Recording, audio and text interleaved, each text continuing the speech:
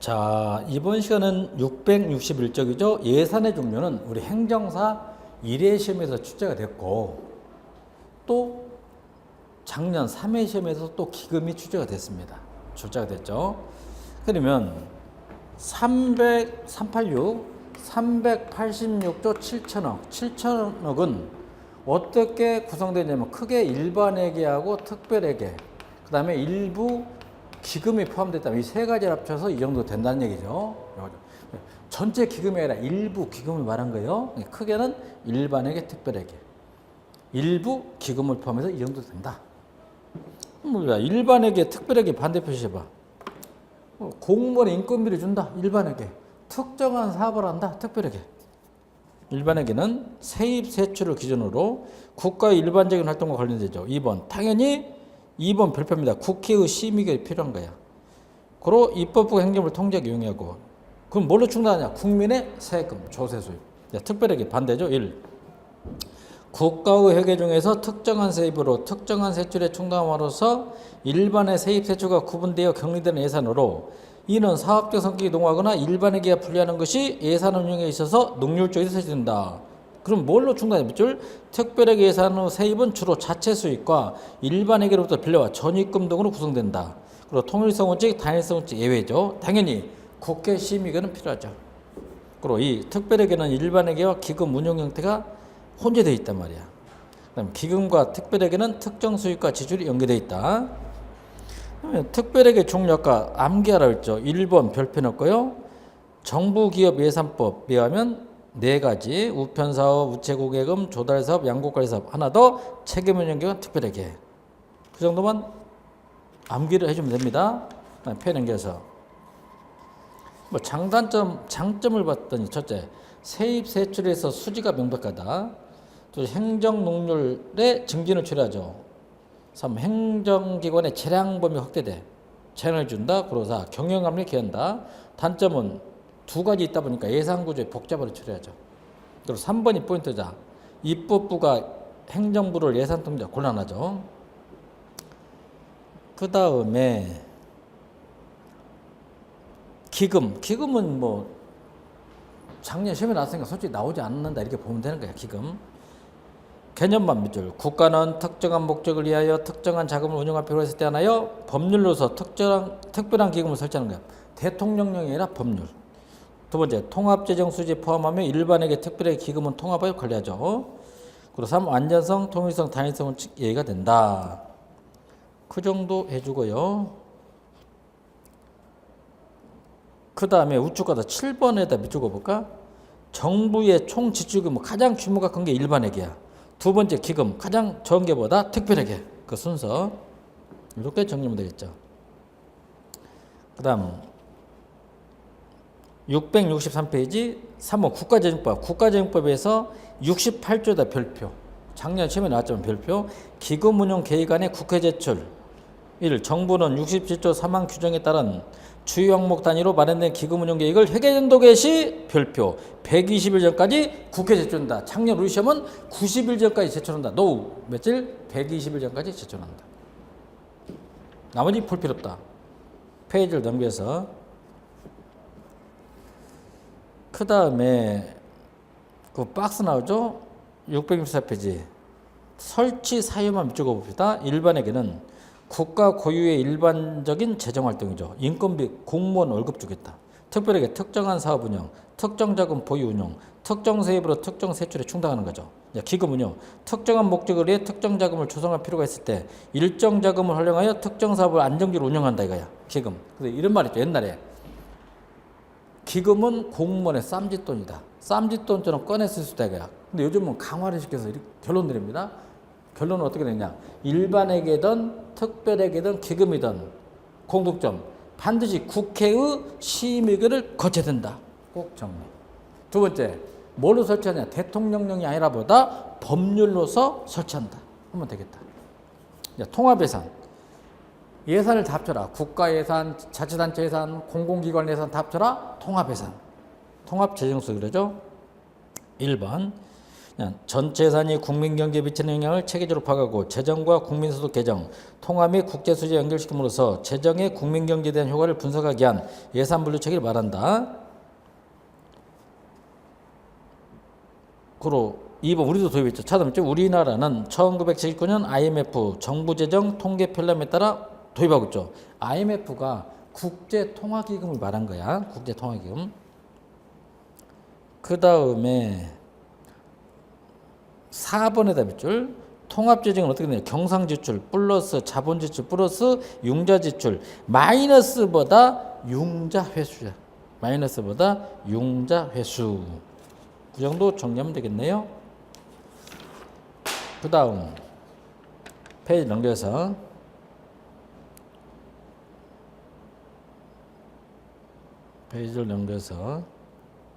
9번이 한번 9급시면에다 9번에다 별표봐. 기재부 기획재정부에서 국가재정 규모를 파악할 때 사용하는 중앙정부 총지출 산출 방식은 경상지출 플러스 자본지출 플러스 하나 더 뭐다 융자지출까지 세 가지 꼭 좀 별표를 해주세요.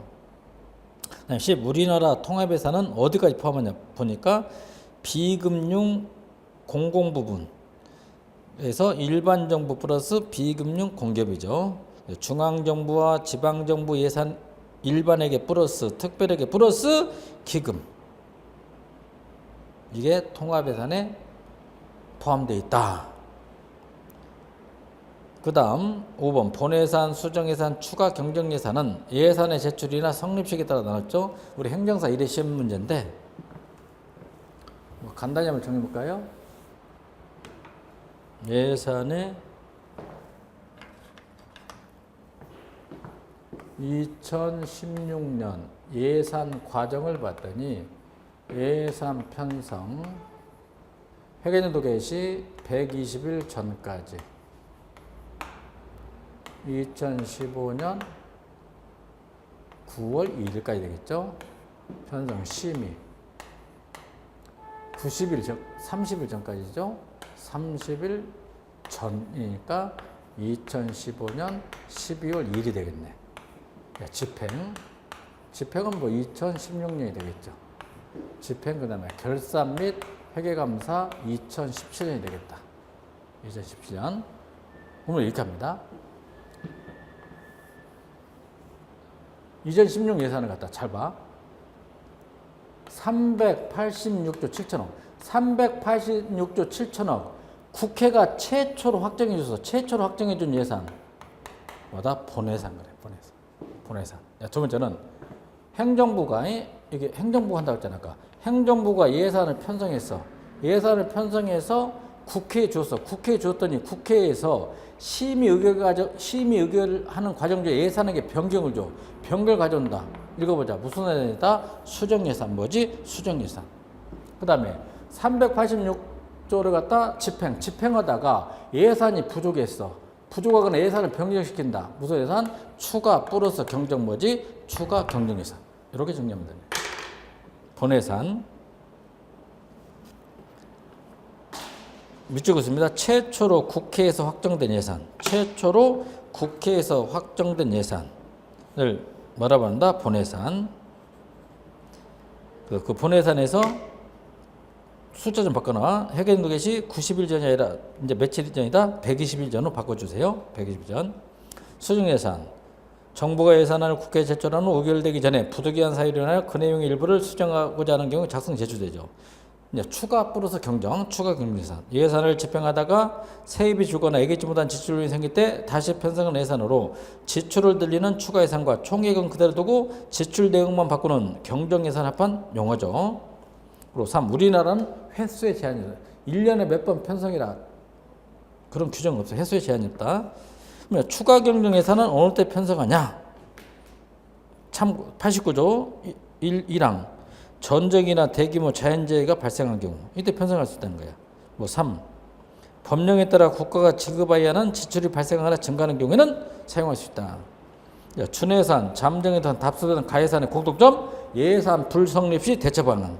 한번 보죠. 공통점이 뭐냐?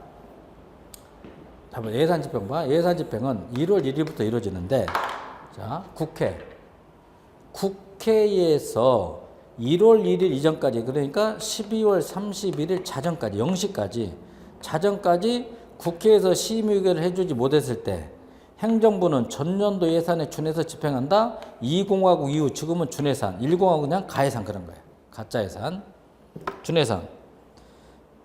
1회 시험 문제죠.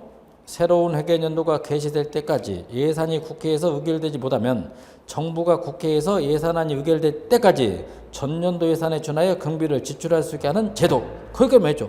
개념만. 나머지 필요 없고요. 그 다음에 잠정예산도 똑같아. 그냥 영국, 캐나다, 일본이야. 회계연도 개시 전까지 예산이 국회에서 의결되지 못했을 경우 몇 개월분에 해당하는 일정한 금액을 국고로부터 지출할 수 허가해 주는 제도. 영국, 일본, 캐나다. 뭐 답습예산 미국이죠. 전년도 예산을 답습하는 제도로 현재 미국에서 지대하고 있다. 답습이다. 셧다운 제도. 미국에서 그러잖아. 셧다운 제도 이런 거.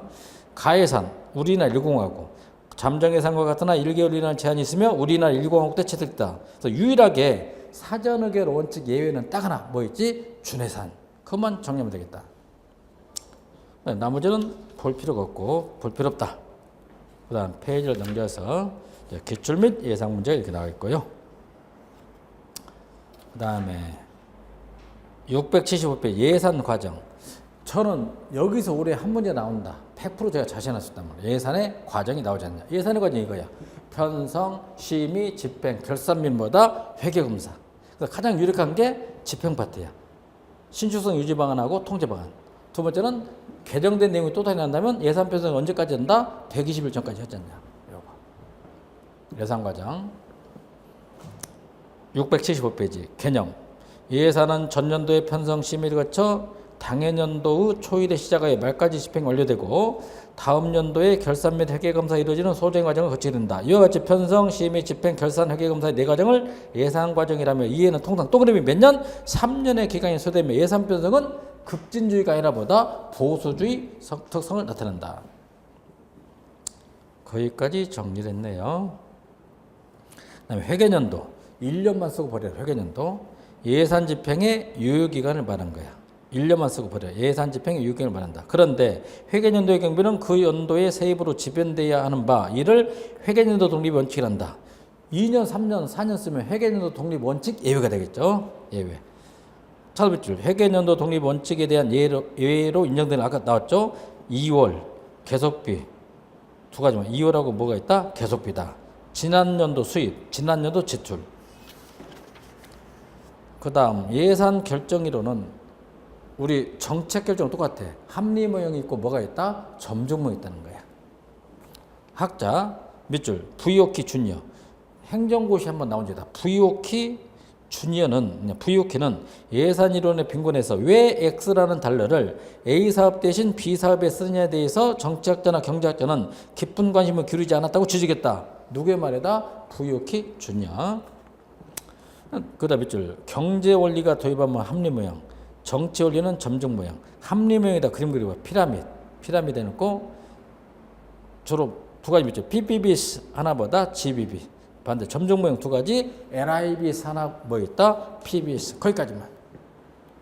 예산 문화론에서 알렌 시크하고 율다부스키 묶어요. 율다부스키다 별표. 율다부스키는 예산 문화가 몇 가지 있다? 4가지. 암기하는 방법 제가 알려줄게. 잘 봐. 이거 박스. 점중모형. 점중모형은 뭐냐? 선진국처럼 국가의 경제력이 크고 예측 가능성이 높은 문화를 말해. 점중문화. 반대 반복적 답습적 예산 봐봐. 반복적 예산은 반대로 후진국의 경우처럼 경제력도 낮고 예측 가능성도 낮다 이거야. 그다음에 세입예산은 뭐 미국의 도시정부처럼 국가의 경제력은 작지만 예측 가능성이 높은 문화를 말해. 반대로 보충적 경제력은 높지만 재정력의 예측 가능성과 행정력이 낮은 문화는 보충적이다. 미국 쉽게 말하면 선진국의 문화는 점중적이고 후진국의 문화는 뭐다? 반복적이다. 그 반대죠. 경제력이 크다, 작다. 예측 가능성이 높다, 낮다. 문제는 됩니다. 경제력도 크고 예측 가능성도 높다, 점중적 문화. 반대는 뭐지? 반복적. 경제력은 작지만 예측 가능성이 높다면 세입예산. 경제력은 크지만 예측 가능성이 낮다면 보충적이다. 알렌 시크 또 네 가지 나왔는데 1번만 밑줄 총체적 희소성. 예산이 부족하다를 희소성 그럽니다. 총체적으로 부족하다. 총체적 희소성만 밑줄. 예산이 정부의 계속 사업을 지속할 만큼 충분하지 못한 경우에 발생한다. 정부가 사업의 점증 비용을 충당할 수 없는 급성, 희소성과 달리 총체적 희소성은 정부가 이미 존재하는 사업에 대해 비용을 충당할 수 있는 조건이다. 그래서 총체적 희소성은 윌다브스키가 말한 반복적 문화하고 유사하다. 그게 중요합니다. 두 번째는 만성적 희소성, 만성적으로 부족하다. 계속 사업에 대해서는 자금이 충분히 있지만 신규 사업에 대해서는 자금이 충분하지 못한 상태. 급격히 줄어다. 급격한 희소성. 예산이 사업 비용의 점증력 증가분에 충당하지 못할 경우 발생하죠. 마지막으로 예산이 많아. 완화된 희소성. 정부가 현존 사업을 계속하고 새로운 예산 공약을 떠날 수 있는 충분한 자원을 갖고 있다. 완화된 희소성은 점증적 예산 문화. 총체적 희소성은 정확히 반복적 예산 문화다. 그 다음에 예산학자 1. 예산의 정치 과정을 강조하고 특히 예산의 점증 모형의 실증력 자료를 제시한 학자는 아론 윌답스키. 점증 모형하면 윌답스키하고 린드블룸이 있지. 누구다? 윌답스키. 두 번째, 이라시아칸스키. 만약 돈이 정부를 움직이는 혈액이라면 예산 과정은 사람 몸의 심장에 갈 수 있다. 이라시아칸스키. 전부 다 행정고시 한 번씩 나왔던 문제 있다. 학자. 첫 단계 들어갑니다. 예산의 편성은 엄마가 가계부를 작성하는 거예요. 예산 편성. 추론은 예산 편성 단계 이야기. 둘째, 어떻게 하면 여러분이 엄마한테 용돈을 많이 탈 수 있는가? 어떻게 하면 기획재정부를 상대로 문화체육관광부 돈을 많이 받을 수 있는가? 정리해보죠. 예산 편성. 개념. 정부가 다음 회계연도에 수행할 정책이나 사업을 금액으로 표시한 계획을 작성하는 과정이며 예산 편성 지침의 작성 시달, 각 부처 예산 요구서 작성 제출, 중앙예산기관의 사정, 예산안의 확정 등 일련의 계속적 과정을 의미한다. 2016년에 세금이 얼마나 들어올까? 세입 추계 방법이 있어. 세입 추계 방식에서는 4번만 밑줄거봐. 보수주의 방법. 공무원들의 세금은 적게 거칠 것 같아. 지출은 많이 나갈 것 같아. 이렇게 하는 거야. 그래 자기 책임이 없잖아. 세입은 과소 예측하고 세출은 과다 예측하는 방법으로 실무자들이 결산상 잉여금을 남기기 위한 목적으로 많이 사용된다. 그 다음 예산 편성 단계 나왔죠.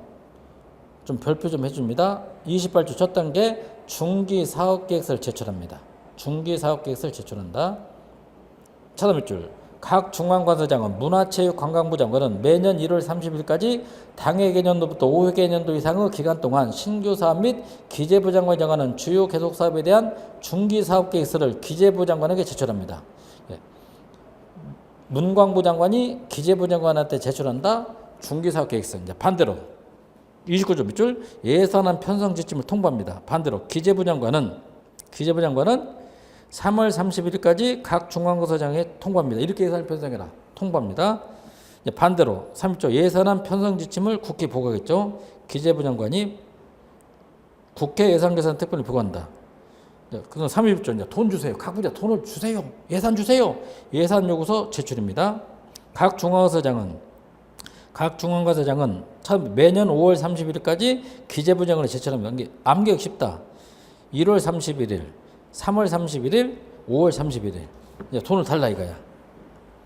그러면 이제 32조 봐. 32조를 봤더니 예산안의 편성. 기재부 장관은 31조 1항의 규정에 따른 예산 요구서에 따라 예산안을 편성해 국무회의 심의를 거친 후 대통령 승인하되 마지막 33조 별표. 예산안 국회 지출. 이제 바뀌었다. 정부는 32조 규정에 따라 대통령의 승인을 얻은 예산안을 2016년부터 회계연도 개시 동그림이 120일까지 국회에 제출합니다. 근데 중요한 것은 헌법은 1987년 이래 한번 개정된 적 없어. 헌법에는 아직 며칠이다? 90일 전이야. 근데 국가재정법은 며칠이다? 120일 전이다. 꼭 정리합니다. 거기까지. 예산 편성의 형식 몇 가지 있다? 5가지. 이건 암기를 해버리라고. 암기. 19조 암기해버려. 국가재정법 첫째 예산 총칙 세입 세출 예산 계속비 명시열비 하나 더 국고 채무 부담행위. 그 다음에 23조 계속비 지하철을 건설한다. 5년 정도 쓰겠지. 이게 뭐 계속비 그러네. 1번 밑줄 완성의 수년도를 요하는 공사 제조 및 연구개발 사업은 그 경비의 총액과 연부액을 정하여 미리 국회의결을 얻은 범위 안에서 수년도에 걸쳐서 지출할 수 있다. 그 다음 2항까지 정리합니다. 제1항 규정에 따라 국가가 지출할 수 있는 연한은 그 회계연도부터 5년 이르러 한다. 다만 사업 규모 및 국가 지원 여건상 필요한 경우는 예외적으로 10년 이내로 할 수도 있다. 10년 이내. 페이 연결서 24절 명시이월비 미리 예측이 가능했기 때문에 내년으로 넘겨라. 명시이월비 반대 부득이한 사고로 부득부득 넘기면 사고일비 그러겠지. 명시이월비 세출 예산 중 경비의 성질상 연도 내에 지출을 끝내지 못할 것이 예측되는 때는 그 취지를 세입 세출 예산을 명시하여 미리 국회의 승인을 얻은 후 다음 연도에 이월하여 사용할 수 있다. 거기까지. 25조냐 국고에서 빚을 갚아줘. 국고 채무 부담행위 1. 국가는 법률에 따른 것과 세출 예산 금액 또는 계속비의 총액의 범위하는 것 이외에 채무를 부담하는 행위를 하는 때에는 미리 예산으로서 국회 의결을 얻어야 한다. 그 다음에 4번의 답이죠. 국회로부터 채무를 부담할 권한만을 부여받은 것으로 빚을 갚아라. 채무를 부담할 권한만을 부여받은 것으로 실제 지출을 위해서는 미리 세출 예산에 계상하여 국회 의결을 거쳐야 하고 지출은 당해 연도가 아닌 차기 회계 연도부터 이루어진다. 올해가 아니라 다음 연도부터 차기 회계 연도부터 이루어진다. 여기까지 정리했네요. 네, 국가재정법의 내용에서 6조하고 뭐 40조 나왔죠. 독립기관 및 중앙에서 적었죠. 국가재정법에서 독립기관은 4군데야. 몇 줄? 국회, 대법원, 헌재, 선관이야. 감사원은 제야. 헌법상 독립기관입니다. 독립기관 예산은 함부로 깎을 수 없어. 1항만 몇 줄? 정부는 독립기관의 예산을 편성함에 있어 당의 독립기관의 장의 의견을 최대한 존중하며 국가재정 상황 등에 따라 조정이 필요한 때는 당의 독립기관장과 미리 협의해야 돼. 41조 별표. 감사원 예산도 함부로 삭감할 수 없어. 독립기관 아니지만 국가재정법에서 정부는 감사원의 세출 예산 요구액을 감액하고자 할 때는 국무회의에서 감사원장의 의견을 구해야 된다 이거야. 여기까지 하고요. 우측 13조 예비 타당성 조사제도. 예비 타당성 조사제도 좀 별표 한번 해봅니다. 국토교통부가 제주특별자치도에 제2공항, 신공항을 건설하냐 마냐 미리 알아보겠다. 예비 타당성 조사. 중요합니다. 별표. 이제 각 부처가 하는 것은 그냥 타당성 조사 그래. 국가가 하는 것은 예비 타당성 조사. 각 부처가 하는 것은 그냥 타당성 조사. 별표. 1. 대통령령이 정하는 대규모 사업이란 총 사업비가 500억 원 이상이고 국가의 재정 지원 규모가 300억 원 이상인 신규 사업으로서 다음 각호 어느 하나에 해당하는 사업을 말한다. 다만 제4조 사업은 법 28조에 따라 제출된 중기사업계획서에 한 재정 지출이 500억 원 이상 수반되는 신규 사업은 단 사회간접시설 SOC 사회간접 사업인 경우에는 밖에서 500억 원에서 1000억 원으로 상향 조정되었죠. 이제 첫째, 건설공사가 포함된 사업 해야 돼. 둘째, 국가정보화 기본법 15조 1항에 따른 정보사업. 3. 과학기술기본법 11조에 따른 국가연구개발사업. 4. 그 밖에 사회복지, 보건교육, 노동, 문화 및 관광, 환경보호, 농림해양수산, 산업, 중소기업 분야의 사업 해야 됩니다. 근데 이 양바 제1항에도 불구하고 다음 갖고 원해야 된다는 사업은 예비타당성 조사에서 제외된다. 예비타당성 조사에서 제외되는 사업도 있어. 1번, 2번만 좀 묶어놔봐요. 공공청사, 뭐 동사무소를 만든다. 공공청사, 교정시설, 초중등 교육시설의 신중축사업, 문화재 복원사업은 예비타당성 조사에서 제외된다. 거기까지 하고요. 페이지를 넘겨서 이 참고가 더 중요하죠. 참고. 예비타당성 정의. 예비타당성 조사제도는 건설공사가 포함된 사업, 정보화 사업, 국가연구개발 사업 등 국가재정법에서 정하고 있는 신규 사업에 대하여 계략적인 조사를 통하여 경제성 분석, 투자 우선순위, 적정 투자 시기, 재원 조달 방법 등 타당성을 검증함으로써 대형 신규 사업의 신중한 착수와 재정 투자의 효율성 제고를 위한 제도죠. 주요 특성. 경제적 타당성뿐만 아니라 정책적 타당성도 분석이 됩니다. 두 가지, 경제적 타당성 하나, 정책적 타당성. 둘째, 대형 신규 사업이 발생할 수는 예산 낭비를 방지하고 재정 운영의 효율성을 제고하기 위해서 도입됐죠. 셋째, 경제적 타당성의 분석을 위해 수요, 편익, 비용을 추정하고 재무성 평가와 민감도 분석을 시행한다. 잘 봅니다. 예비 타당성 조사하고 타당성도 틀려. 기획재정부 하나는 사업시행기관 틀리죠. 그 다음에 조사본부 한국개발용역 KDI와 협약의 출연금으로 개발 용역 반대 사업기관이 용역기관 선정. 경제적 분석 계략적인 수준의 조사 경제적 예를 들면 비용 표현 분석 민감도 분석을 하는 거야. 정책적 분석은 국민 경제적 정책적 차원에서 고려해야 할 사항을 조사하고 상위 기획과 연관성 지역 경제 파급 효과 사업 추진 의지 계층화 분석을 주로 소용한다.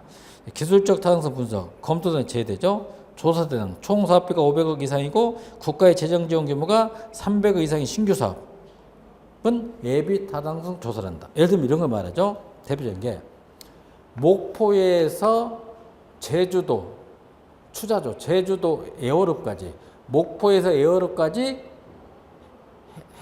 지하 터널을 뚫는다. 지하 KTX를 갖다 건설한다.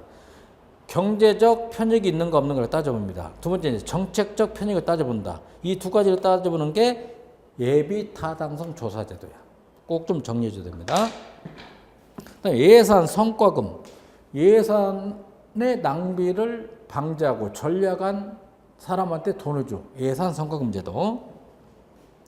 1항만 별표. 각 중앙과서장은 예산의 집행 방법 또는 제도의 개선 등으로 수입이 증대되거나 지출이 전략된 경우에는 증대 또는 전략된 예산의 일부를 이에 기한 자에게 성과금으로 지급하거나 다른 사업에 활용할 수 있다. 꼭 별표. 그 다음에 3항의 답줄. 각 중앙과서장은 예산 낭비 신고센터를 설치 운영해야 됩니다. 사항에다 별표. 각 중앙과서장은 성과금을 지급하거나 전략된 예산을 다른 사업에 사용하고자 하는 때는 예산 성과금 심사위원회 심사를 거쳐야 된다. 6번 예산 낭비를 신고하거나 예산 낭비 방지 방안을 제안한 일반 국민도 성과금을 받을 수 있다. 그 정도 정리하면 되겠다. 그러면 이제 어느 정도 보너스를 받냐? 16조도 1항만 줄. 지출 전략에 대한 예산 성과금은 다음 각호 범위에서 지출 전략의 기관자에게 지급하다 1인당 3천만 원을 초과할 수 없어. 3,999만 원까지 주겠단 말이야. 3천만 원을 초과할 수 없다. 자치단체는 2천만 원을 초과할 수 없다 이렇게 되어 있어요. 예산 확보 전략. 어떻게 하면 문화체육관광부가 기재부한테 더 많은 예산을 받을 수 있는가. 2번만 적어봐. 상황적 전략. 상황적 전략은 첫째, 각 부처 장관의 역점 사업이라고 활용하는 거예요. 각 부처 장관 역점 사업 활용. 그다음에 두 번째는 인간관계를 활용하는 거야. 기획재정부 친한 공무원을 파견 보내고리. 인간관계 활용. 4번에 신규 사업을 추가하는 방법. 8번, 9번, 10번만 묶어도 별표야. 8번만 별표 그냥 따거나. 사업의 우선순위를 조정하는 방법이 있어. 인기 없는 사업은 우선순위를 높게 두고 인기 있는 사업은 우선순위를 낮게 두는 방법이 있다. 뭐냐?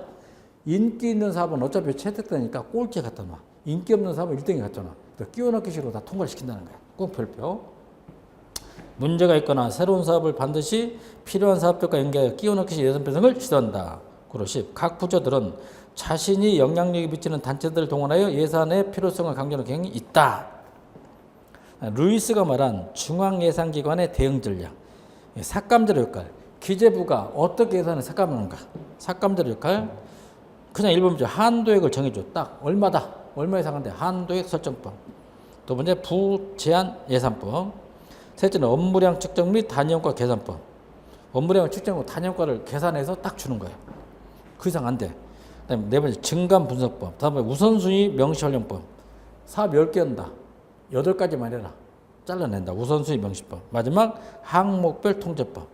이거 전부 다 예산의 삭감자로서 역할이 했다. 예산 편성의 한계점 뭐 부필 없고요. 예산 심의. 예산 심의는 국회의 목이죠. 개념. 국민의 대표기관인 국회가 예산심의권을 가진다는 것은 국민주권의 원리면에서 당연하고 행정부의 기능에 대해서 국가가 통제한다는 견제균형 원리면에서 당연하다 할 것이다. 기능, 정부의 사업계획 및 사업계획 수준을 정해주죠. 둘째, 정부 예산 규모 총액을 결정해줘. 3. 국가재원을 합리적으로 배분하는 4번만 별표. 행정활동의 특징과 그 성패 여부를 검토 평가하고 행정부를 감독 통제. 밖에서 통제한다. 외부 통제, 공식적 통제, 제도적 통제. 별표. 자, 국회에서 예산 심의가 어떻게 되냐? 1단계 몇 절째? 국정감사라는 거야. 국정감사. 국회는 국정 전반에 관하여 소관 상임위원회별로 매년 정기의 집회일 이전에 감사시장 1부터 30일 이내의 기간을 정해 감사 실시한다. 다만 본회의 의결로 정기의 기간 중에 감사를 실시할 수 있다. 근데 뭐 헌법에서는 며칠 하도록 되어 있다? 20일이야. 헌법에서 20일이. 그 다음 페이지를 넘겨서 나머지 뭐 볼 필요 없고요. 두 번째 단계 밑줄 국정감사 끝나서 두 번째보다 상임위원회야. 상임위원회. 정기국회 본회의 다음날부터 국회는 상임위원회별로 소관부처에 대한 동그라미 뭐다? 예비심사. 예비심사는 누가 한다? 상임위원회별로 한다. 그게 끝나면 3번 줄 예산도 하고 결산도 하는 특별위원회가 있어. 예산결산 특별위원회는 동그라미 뭐 한다? 종합심사하는 거야. 예비심사 이후에 종합심사. 종합심사 1항만 밑줄 보세요. 예산안과 결산은 소관상임위원회에 해부하고 소관상임위원회는 예비심사를 하여 그 결과를 의장이 보고한다. 이 경우 예산안에 대해서는 본회의에서 정부의 시정연설을 듣는다. 거기까지. 그 다음에 5항에다 밑줄 예산결산특별위는 소관상임위원회의 예비심사 내용을 존중하여며 소관상임위원회에서 삭감한 세출예산 각항의 금액을 증가하게 되거나 새 bil목을 설치할 경우에는 소관상임위원회 동의를 얻어야 된다. 다만 새 bil목에 설치에 대한 동의 요청이 소관상임위원회에 해부되어 그 해부된 때부터 72시간 이내에 동의 여부가 예산결산특별위원회에 통지되지 아니한 경우에는 소관상임위원회 동의가 있는 것으로 본다. 네, 마지막 4번째 이제 본회의 의결이 들어가죠. 1. 예산안에 대한 예산결산특별회의 후 종합심사가 끝나면 예산안을 본회의에 상정한다. 4항에다 밑줄, 3항에다 밑줄. 예산 과정에서 본회의는 형식적인 요식이냐, 형식적 성격이 강한 뿐이야. 그 다음 4번 정책 질의가 끝나면 부문별로 토론표를 거쳐 예산안을 의결을 확정한다. 회계연도 개시 30일 전까지. 여기까지 그럼 정리합니다. 우리나라 예산 심의가 어떻게 되느냐. 첫째, 국정감사. 두 번째, 상임위원회의 예비심사. 셋째, 예산결산특별위원회의 종합심사. 마지막, 본회의 의결이다. 순서. 그 다음에 참고, 예산도 하고 결산도 하는 특별위원회입니다. 첫째, 연중 서식 상설이지만 상임위원회가 아니야. 우리 상임위원회 현재 16개 있어. 아니다 이거야. 비상임 특별위원회죠. 원내 교섭단체 비율에 따라 50인으로 구성합니다. 1년, 임기가 1년이야. 근데 상임위원회 임기는 2년이라고. 1년. 전문성이 낮아. 어중이 떠중이 들어가. 삭감폭도 작고요. 나눠먹기식 배정이 이루어짐으로 정치성격이 농후하죠. 가장 실질적 단계. 결산회보다 승인권을 가지고 있죠. 다시 한번. 상임위원회는 임기가 2년이야. 근데 예산결산특별위원회는 임기가 1년. 차이점. 그 다음에 국회에 가면 예산정책처가 있단 말이야.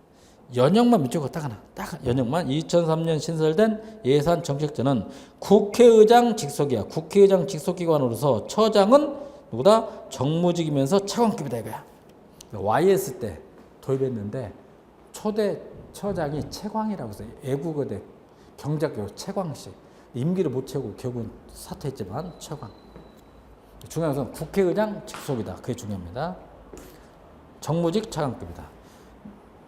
예산심의 특성은 대통령제하고 의원내각제, 뭐 단원제하고 양원제가 있고 우리는 대통령 중심제, 우리는 단원제죠. 네, 본회의 중심제가 있고 위원회 중심제가 있다 이거야. 4번에다만 별표 봅니다. 예산액을 늘릴 수 있냐 없냐. 별표. 1. 국회 심의 과정에서 부처별 한도액 제한을 받잖아. 두 번째.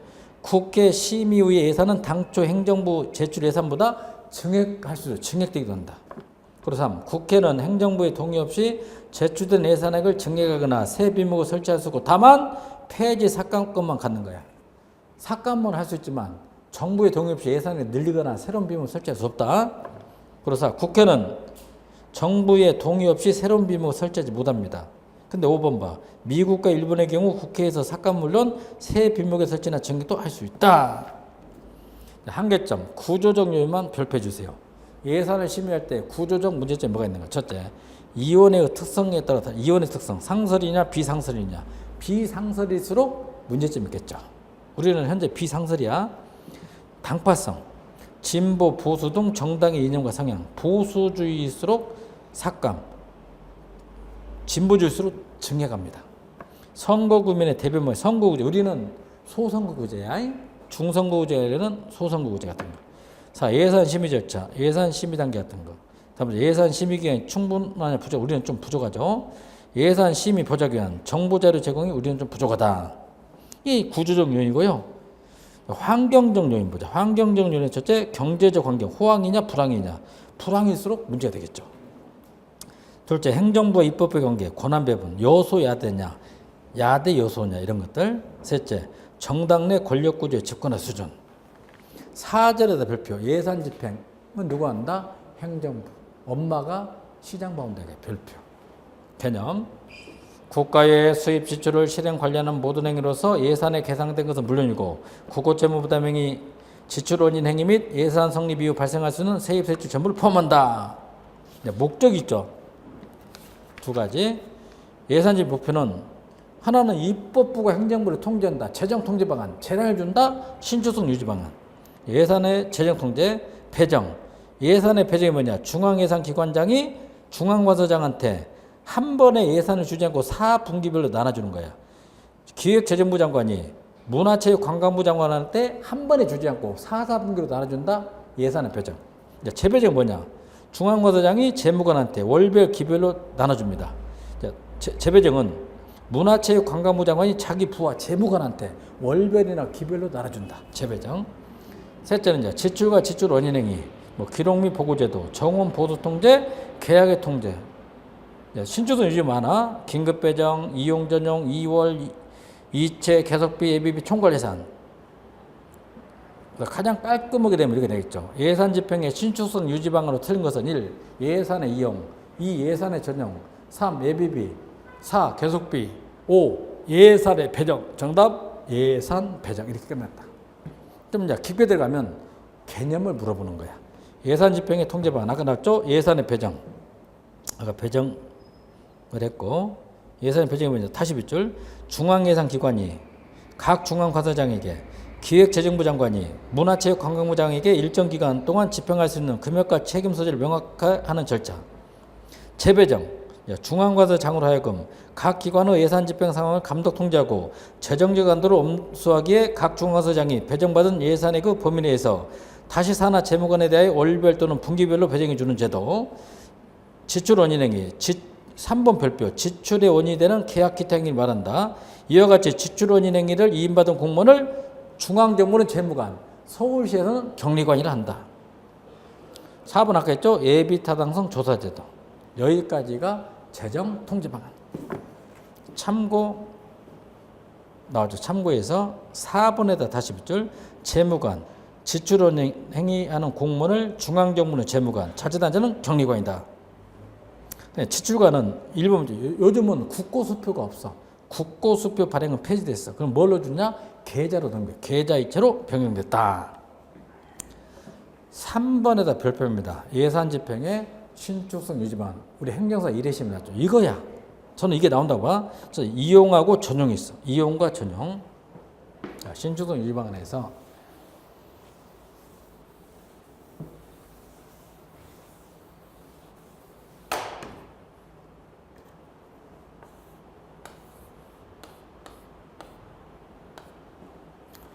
우리가 예산을 편성할 때 장, 관, 항, 세항, 모. 장관항을 상호 융통시킨다. 예산의 이체. 국회 승낙이 필요하다. 입법 과목. 사전 의결 원칙. 한정성 원칙 예외가 되겠죠. 맞바꿔 쓰니까. 세항과 목을 맞바꿔 쓴다. 예산의 전용. 행정부 의결이 필요하다. 행정 과목. 사전의결 원칙 예외, 한정성 원칙 예외. 꼭 정리해 주시기 바랍니다. 예산의 이용 박스 봐. 1. 예산의 이용은 입법 과목, 장관 항사의 사용용도로 국회의 승인과 기재부장의 승인을 얻어야 돼. 2항 전용은 행정과목, 세항 목사의 사용용도로 기재부장의 승인만 얻으면 돼. 그리고 3. 이용은 자주 사용이 곤란하고 전용은 용이하죠. 4. 이용은 한정성 원칙 예외, 전용은 한정성 원칙, 사전의결 원칙 예외가 되겠죠. 2채 넘겨라. 2채 정보 조직 등에 관한 법령의 제정, 개정 또는 폐지로 인하여 그 직무와 권한의 변동이 있을 때에는 기재부 장관은 당해 중앙서장의 요구에 의하여 그 예산을 상호 이용 및 이체할 수 있다. 예를 들면 박근혜 정부 2기 조직 개편이 일어나면서 국민안전처, 예를 들면 소방방재청이 폐지되고 국민안전처로 흡수 통합됐다. 이때 예산의 병을 가져온다. 예산의 뭐다? 이체. 밑줄 2월 넘겨라. 올해 집행하지 못한 예산을 내년 넘겨라. 2월. 예산을 다음 연도로 넘겨서 사용하면서 말하며 두 가지 명시효율과 사고를 있어. 명시효율 밑줄 미리 예측됩니다. 세출 예산 중 연도 내에 그 지출을 필요하지 못할 것이 예측될 때 미리 국회의 승인을 얻어서 다음 연도에 사용하면서 말한다. 반대로 패는에서 사고효율.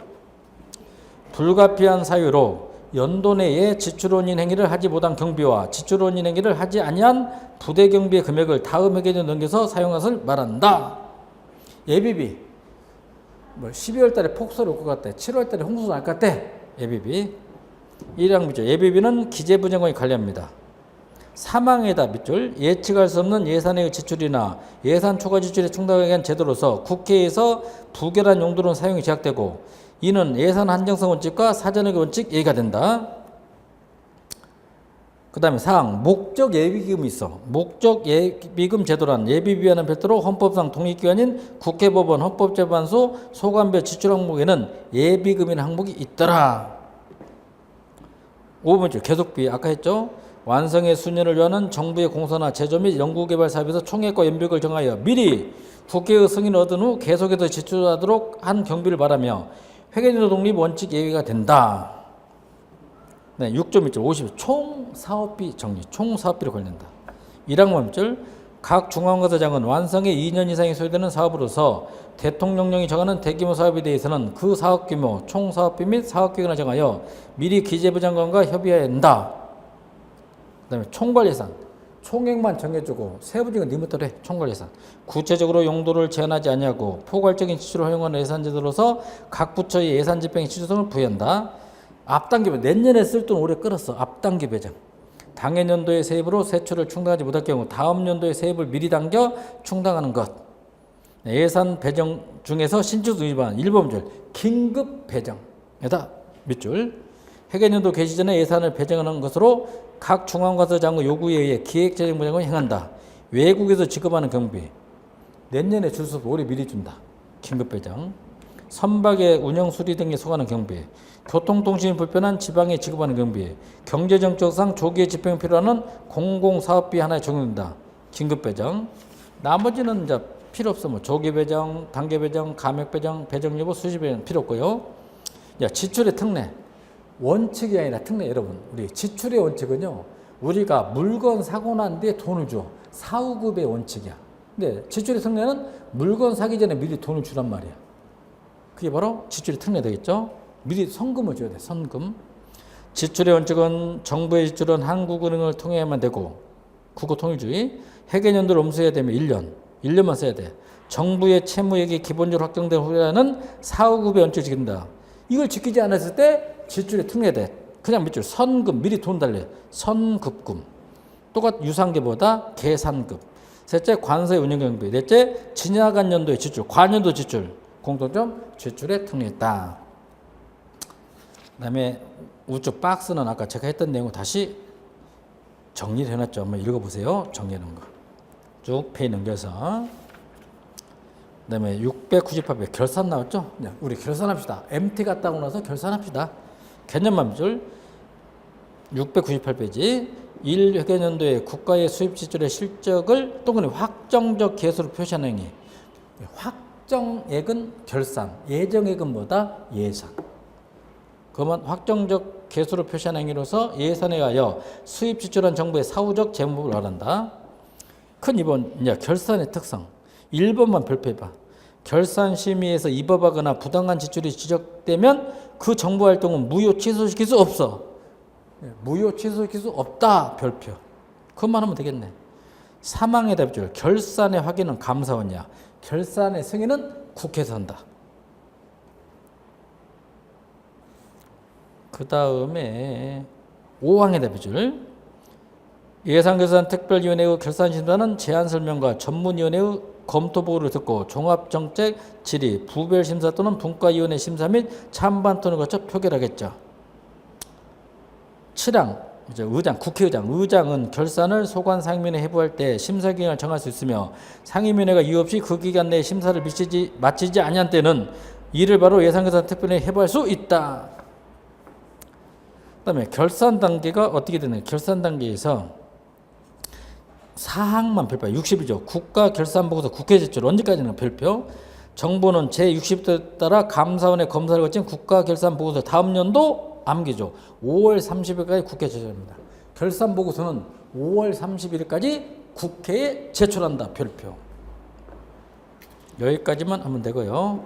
그다음 빼넘겨서 회계검사는 우리 행정사 1회 시험에 나왔죠. 회계검사 기관 어디다? 감사원이 나왔다. 감사원은 부총리급이야. 감사원. 회계검사 목적 이야기. 개념. 회계검사 뭐냐? 개념만 적었습니다. 정부의 재정활동 및 그 수입 지출 결산에 관하여 사실을 인정 검증하고 그 결과를 보고하기 위하여 회계 담당자가 작성한 회계장부와 기타 기록을 회계 담당자 이외의 감사원 제3자가 정식으로 공권력을 가지고 체계적으로 검사하는 행위죠. 첫째, 회계 기록을 대상으로 하는 거야.